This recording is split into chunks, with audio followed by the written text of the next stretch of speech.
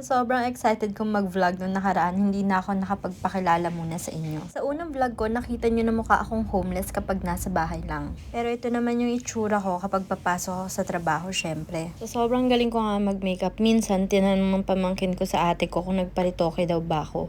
Kasi ayaw niya maniwala na wala akong ritoke. Ang dami ko na namang sinasabi. Ito na nga, magpapakilala na talaga ako. Ayan, ako nga pala si Shin. Mas maraming nakakakilala sa akin bilang Shin Punzal. Sa Pampalay, Bulacan ako lumaki, pero nandito na ako sa Metro Manila nakatira. Bukod sa pagiging alipin ng mga pusa, may desente naman din akong trabaho. Naisipan ko ang mag-vlog kasi papansin din naman ako sa Facebook at mahilig ako mag-document ng mga ginagawa namin araw-araw. Kaya sabi ko sa sarili ko, bakit di ko na lang kaya pakinabangan tong ganda ko? Charot!